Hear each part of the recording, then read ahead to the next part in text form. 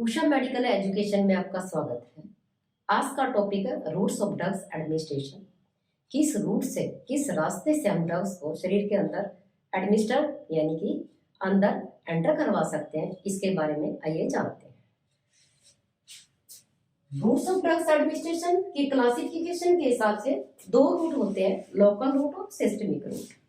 Local route में कोई injection की जरूरत, सिरिंज की जरूरत नहीं, नीडल की जरूरत, की प्रिक की जरूरत नहीं होती।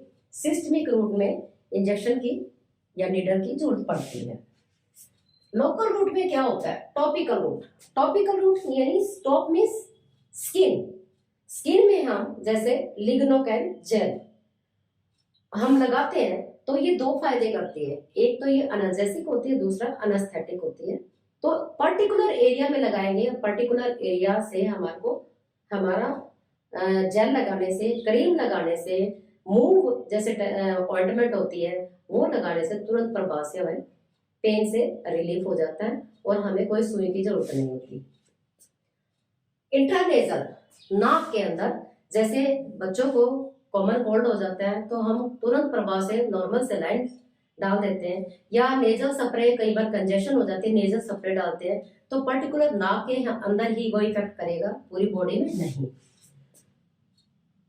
ओकुलर रूट, ओकुलर रूट में आंखों का आ जाता है, जैसे हमारी आई फ्लू हो जाता है या हमारे आंख में कोई प्रॉब्लम हो जाती है तो हम आई में ड्रॉप्स को इंस्टिलेट करते हैं, या ऑइंटमेंट जैसे एट्रोपिन ऑइंटमेंट है या काफी सारे न्यूस्पोरिन ऑइंटमेंट है, एंटीबायोटिक केवल आंख के अंदर ही डालते हैं और उनसे उनका इलाज हो जाता है आई ड्रॉप्स के हिसाब से। ऑरिकुलर, जैसे कान में कई बार कोई प्रॉब्लम होती है तो हमें कान में दवाई डालनी पड़ती है और कान के अंदर ही इसको डालने से इसका इलाज हो जाता है, कोई किसी चीज की इंजेक्शन वगैरह की जरूरत नहीं होती। यदि इसका एक नुकसान है, यदि हमारे कान का पर्दा फटा हुआ है तो उसमें कुछ भी हमें प्रॉब्लम हो सकती है। वेजाइनल, वेजाइनल रूट में हम क्या करते हैं, जैसे मेनोपॉज वाली लेडीज होती है जिनके मेंसेस बंद हो चुके होते हैं, कई बार HRT यानी हार्मोनल रिप्लेसमेंट थेरेपी में जो ओस्ट्रोजन की स्पोस्ट्री है वो लगाते हैं, या कई बार इन्फेक्शन नीचे हो जाता है वेजाइना के अंदर, यानी कि वेजाइना के थ्रू पर्टिकुलर एरिया में हम पैसरी डाल सकते हैं, पिल्स डाल सकते हैं, क्रीम, जेली है, काफी सारी चीजें ऐसे डाल सकते हैं, पर्टिकुलर वेजाइना में इफेक्ट करेगी और इलाज हो जाता है।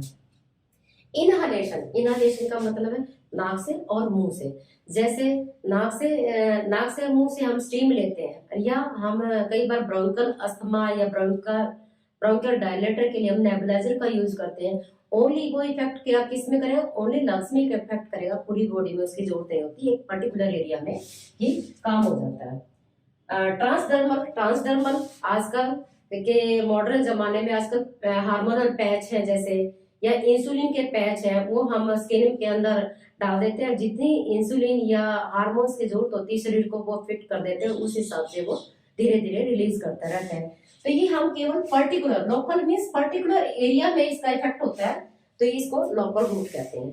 अगला रूट हमारा सिस्टमिक रूट, जिसमें सिस्टम में जाए, यानी ब्लड सर्कुलेशन के थ्रू जैसे इंजेक्शन है, नीडल से इनका यूज होगा और क्विक एक्शन होगा और पूरे ब्लड सर्कुलेशन में ये पहुंच जाएगा, इफेक्ट हो जाएगा। जैसे इसमें सबसे पहले एंट्रल और पेरेंटल दो रूट आते हैं। एंट्रल में सबसे पहले ओरल रूट आता है, ये पुराना रूट है और ये ज्यादातर लोगों की पसंद का भी होता है। काफी सारी मेडिसिन हम ओरल रूट से लेते हैं, जैसे टैबलेट हो गई, कैप्सूल हो गई, सिरप हो गई, तो हम ओरल रूट से जब हम लेते हैं तो ओरल रूट से जब स्वेलो करेंगे, स्वेलो के बाद हमारा ओसोफेगस के थ्रू स्टमक में गया, इंटेस्टाइन में गई मेडिसिन और वो अब्जॉर्ब होएगी और वहां से फर्स्ट बाईपास, यानी एंट्रल का मतलब इंटेस्टाइन, इंटेस्टाइन तक जाके वो एक पोर्टल वेन के थ्रू लीवर में जाएगी वो मेडिसिन, और उसकी मेडिसिन की काफी एफिकेसी वहां तक जाते जाते कम हो जाती है और लीवर से वो सीधा ही हमारे सिस्टम यानी हार्ट में पहुंचेगी, फिर उसके बाद हमारे ऑर्गन तक पहुंचेगी जहां हमारे को इसकी जरूरत है। तो हमारा ओरल के हिसाब से बहुत ज्यादा ये फर्स्ट बाईपास मेटाबॉलिज्म होता है, यानी एंटेरिक इंटेस्टाइन को पास करना इसको जरूर होता है, तो इसका लॉन्ग इफेक्ट हो सकता है लेकिन काफी देर के बाद इसका इफेक्ट होता है। दूसरा है हमारा सबलिंगुअल। सबलिंगुअल में बाईपास की जरूरत नहीं होती। क्यों नहीं होती? सबलिंगुअल में जैसे हमारे को चेस्ट पेन होती है, नाइट्रोग्लिसरीन, जैसे हमारे एंजाइना पेक्टोरिस होता है, चेस्ट पेन होती है, तो तुरंत प्रभाव से चेस्ट पेन को रोकने के लिए हम नाइट्रोग्लिसरीन जीभ के नीचे दे देते हैं। जीभ के नीचे कैविटी होती है, उसके नीचे दे देते हैं। उसमें कैपिलरीज की सप्लाई बहुत ज्यादा है, बहुत हाई सर्कुलेशन है यहाँ पे। और जैसे ही मतलब हम जीभ के नीचे डालते हैं तो वहाँ छोटी छोटी कैपिलरीज होती है जी, जो सीधा ही सिस्टमिक सर्कुलेशन में दवा का इफेक्ट डाल देती है और काफी अच्छा इफेक्ट होता है। जल्दी हमारा मतलब क्या है, पेन ठीक हो जाता है। लेकिन ये थोड़ी अमाउंट में डाल सकते हैं। जैसे बीपी बहुत ज्यादा बढ़ा हुआ किसी का, कैप्सूल निकाल को स्क्वीज करके डाल दिया। लेकिन इसमें क्या होता है, कई बार टेस्ट की भी जब बड़ी दिक्कत आ जाती है। बक्कल कैविटी, बक्कल रूट में क्या होता है, बक्कल हमारे मुंह में ही है, ये भी सबलिंगुअल भी मुंह में है। बक्कल में का मतलब है चिक्स और गम्स के बीच में जो कैविटी होती है, वहां पे ब्लड सप्लाई बहुत ज्यादा होती है। काफी मेडिसिन हम उसमें डालते हैं, काफी मतलब ये भी सेकंड बाईपास में जाती है, यानी सीधी सिस्टमिक सर्कुलेशन में नहीं जाती, सर्कुलेशन में जाती है, फर्स्ट बाईपास में नहीं जाती। ओरल में केवल फर्स्ट बाईपास में जाती है। ऐसे ही रेक्टल है, रेक्टल में कई बार अनकॉन्शियस पेशेंट होता है तो काफी मेडिसिन हमें बायोरेक्टल देनी पड़ती है। जैसे कुछ मेडिसिन ऐसी भी होती है, जैसे अनीमा लेग्जेटिव होती है, अनीमा हमें रेक्टल के थ्रू देना पड़ता है। तो ये लोकल भी है और सिस्टमिक भी है। लोकल में अनीमा हो गया, लेकिन कई मेडिसिन है इसके थ्रू दिए जाते हैं। जैसे काफी तरह के ऐसे अनीमिया होते हैं जो हमारे सिस्टम में जाके और अब्जॉर्ब हो जाते हैं और जल्दी ही पेशेंट को ठीक कर देते हैं।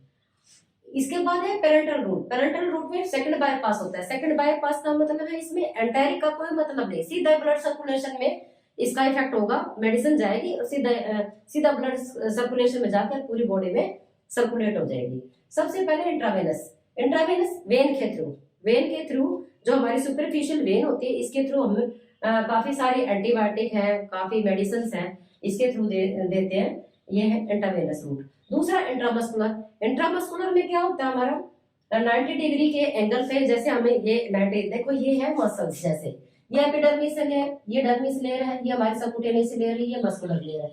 जब हम इंट्रामस्कुलर इंजेक्शन लगाते हैं सीधा 90 डिग्री के एंगल पे, यानी कि मस्कुलर लेयर पे तक जाएगा, ये डीप जाएगा और 90 डिग्री का एंगल शो करेगा। जैसे डेल्टॉइड है, हमारे हाथ के मसल्स होते हैं, यहाँ से जैसे शोल्डर जॉइंट है, चार उंगली हम रख लेते हैं और ऐसे घेरा लगाते हैं, तो ये डेल्टॉइड मसल्स है, यहाँ पे आर्म पे लगा सकते हैं आईएम इंजेक्शन। और ग्लूटिल मसल्स, मैक्सिमस मसल्स होते हैं, वहां पे लगा सकते हैं आईएम। इंट्राडर्मल जैसे वैक्सीन है, बीसीजी की वैक्सीन हम इंट्राडर्मल ही लगाते हैं 15 डिग्री के एंगल पे। सबक्यूटेनियस रूट है एक हमारा, इसमें जैसे इंसुलिन है, डायबिटिक पेशेंट होता है जो उसको इंसुलिन के लिए बहुत बड़ा एरिया चाहिए, क्यों 2 या 3 बार इंसुलिन इंजेक्शन लगाना पड़ता है और पेशेंट खुद ही इंजेक्शन लगाता है।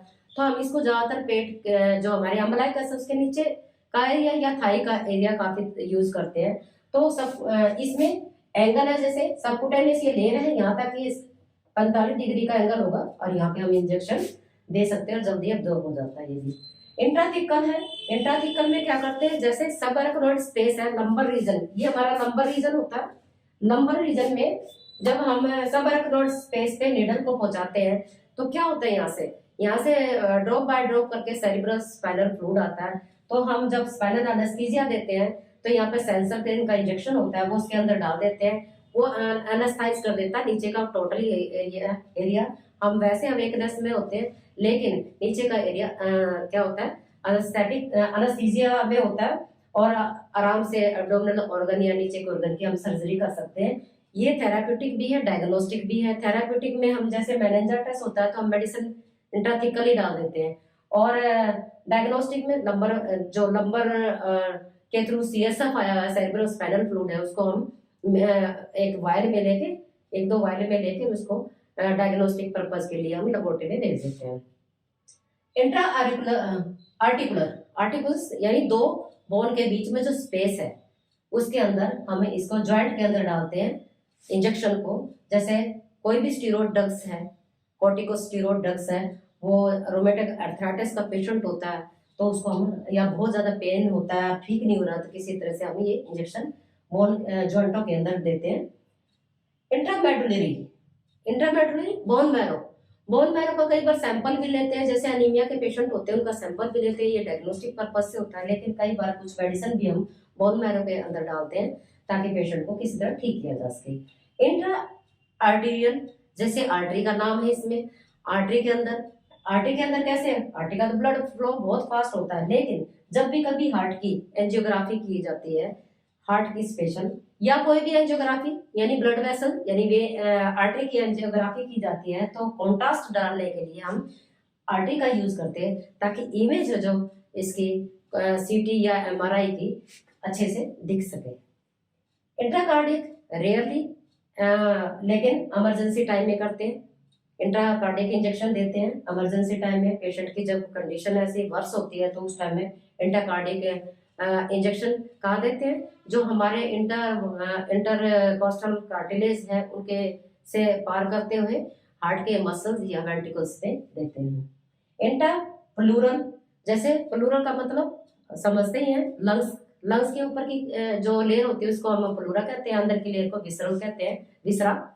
तो जैसे ये लंग्स है मान लो, तो इसमें ये लंग्स है, इसके ऊपर की जो लेयर है प्लूरा है, जो ये बीच की ये कैविटी है, इसके अंदर हम क्या करते हैं, इंजेक्शन देते हैं, इसको बोलते हैं इंट्राप्लूरल। इंट्रापेरिटोनियल में मतलब क्या करते हैं, जैसे हम दो डायलिसिस करते हैं, हीमोडायलिसिस और पेरिटोनियल डायलिसिस। पेरिटोनियल डायलिसिस में काफी चीजें इसमें, जैसे रीनल फेलियर का पेशेंट होता है तो उसमें करते हैं, और आजकल इसको इससे काफी हद तक नहीं किया जाता है, हीमोडायलिसिस किया जाता है, तो इतना ज्यादा यूज नहीं करते। तो इस तरह ये हमारे हैं routes of drugs of administration. आपको ये कैसा लगा? यदि टॉपिक अच्छा लगा तो शेयर कीजिए, लाइक कीजिए और सब्सक्राइब कीजिए, ताकि जितने भी मेडिकल या पैरामेडिकल के स्टूडेंट्स हैं इसका लाभ उठा सके और तुरंत प्रभाव से आपके पास ये वीडियो पहुंच सके सबसे पहले। नमस्कार।